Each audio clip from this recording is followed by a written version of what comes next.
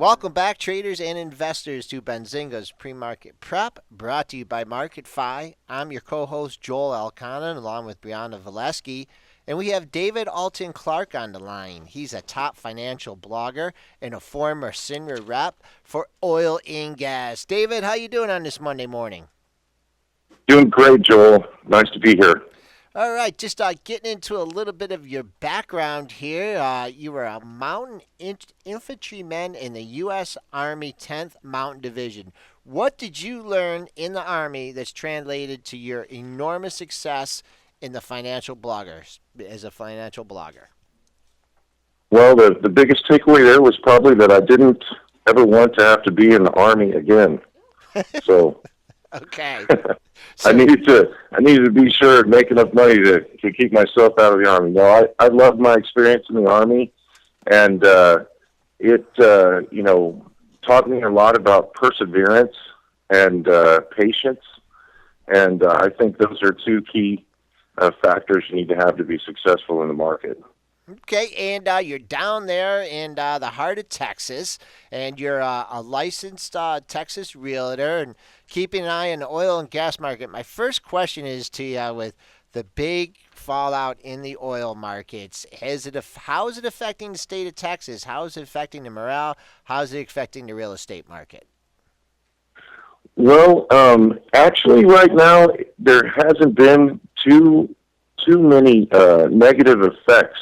Actually, the Texas. This isn't our first rodeo as far as the oil and gas business goes. So the second half of it is that it's kind of like a slow-moving train wreck. Even though the oil has gone down drastically over the last 4 or 5 months, it really hasn't worked its way into people being laid off. I mean, actually, I heard down here in Eagleford just about 2 weeks ago there was a news came out they were hiring.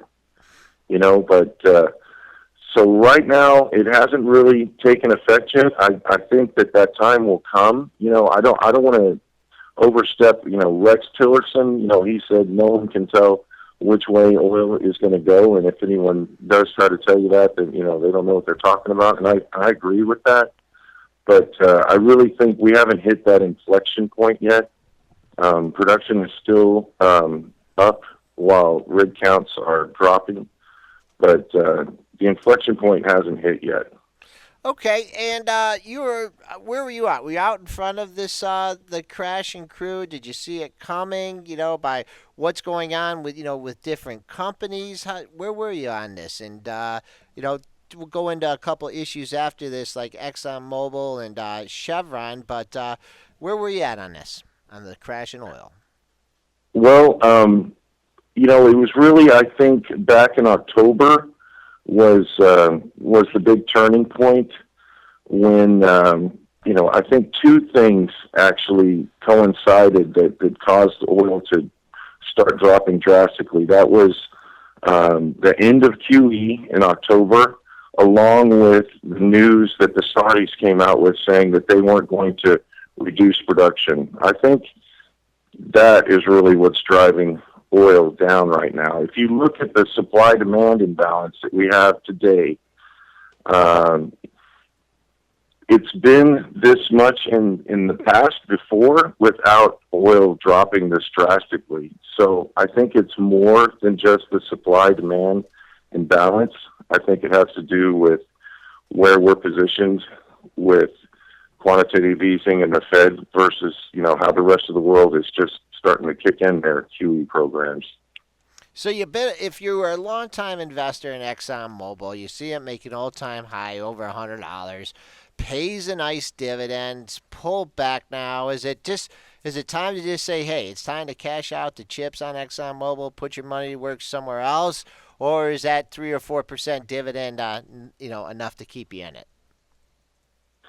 Joel, it's really tough to answer a question like that because everyone's situation is different as far as their tax situation goes. So what I'm saying right now is for a new investor to come into Exxon Mobil, I would take a wait and see approach. I don't think we've hit the bottom right now in the stock. It's at 83, I think, as of today. And if you're a long-term holder of Exxon Mobil, it really depends on your, the capital gain situation you have with if you were to sell out or not. So you kind of have to make your own decision there. But I think there's more downside to come for Exxon Mobil and Chevron and some of the major integrated oil companies. I don't think we've heard all the bad news yet. And what about some of these exploration firms? I mean, some of the charts of these things, like Rig, I mean, it looks like these things are going to zero. Do you think that something like Rig, I mean, do you think they can recover? Or do you think there's definitely going to be some companies going bye-bye and then some consolidation and then, perhaps an upturn in the exploration companies?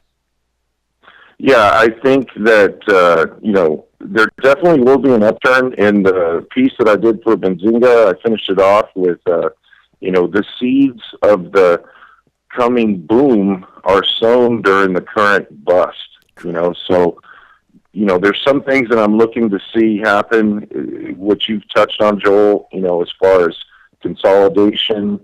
ExxonMobil, is probably going to be in a good position to pick up a lot of assets on the cheap, along with some of the other larger firms.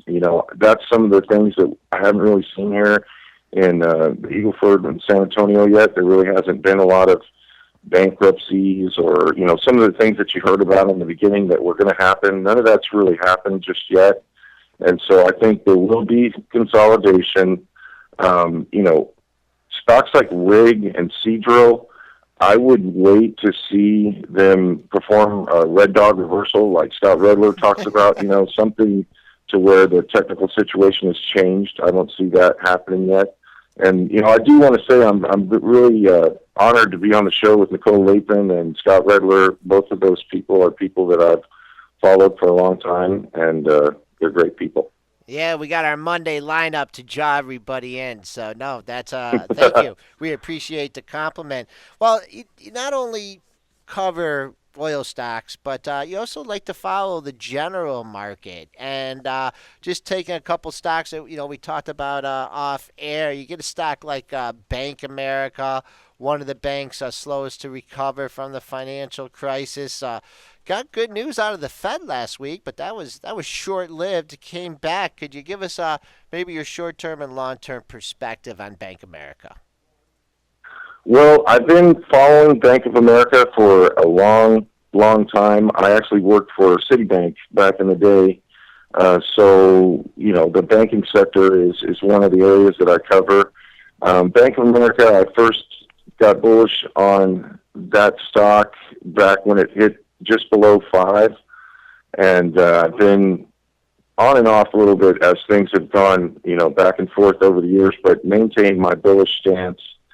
And right now, I think that stock is at an inflection point. The major long-term issue that it's had has been the litigation risk, and I think that's fallen by the wayside. That's had a big effect on their EPS. I'm thinking this year that's going to go away, and people are going to be surprised by the profitability of Bank of America this year. Okay. All right. We'll keep an eye on it. Also, another stock we mentioned, GE, General Electric. Here's another stock that really hasn't recovered like other stocks have did. Got over $50 back in early 2000. Got under $10 during the financial crisis, and just kind of like it seems like every time I'm looking at it, it's $25. Is that nice dividend? Something enough to keep you interested in this issue? It is. I've been bullish on General Electric for the past year. Just recently I've written several articles on General Electric. There's been a lot of buzz that possibly Jeff Immelt might be stepping down. I think he kind of squashed that in a recent interview. But General Electric, being a conglomerate, it seems like there's always something. They're doing great as far as their aviation and healthcare segments are just taking off, but then they've stepped into the oil and gas, just as the oil took its drastic drop, and so they've kind of taken a hit on that. And then with the Alstom acquisition was pushed back, and then the latest thing that just happened was Emmelt announced that he is going to dispose of the GE Capital business quicker than previously announced. So I'm still bullish on the stock, but I think you're gonna be seeing that $25 price target, through until 2016 at least. Okay, So I think you'll have a better opportunity.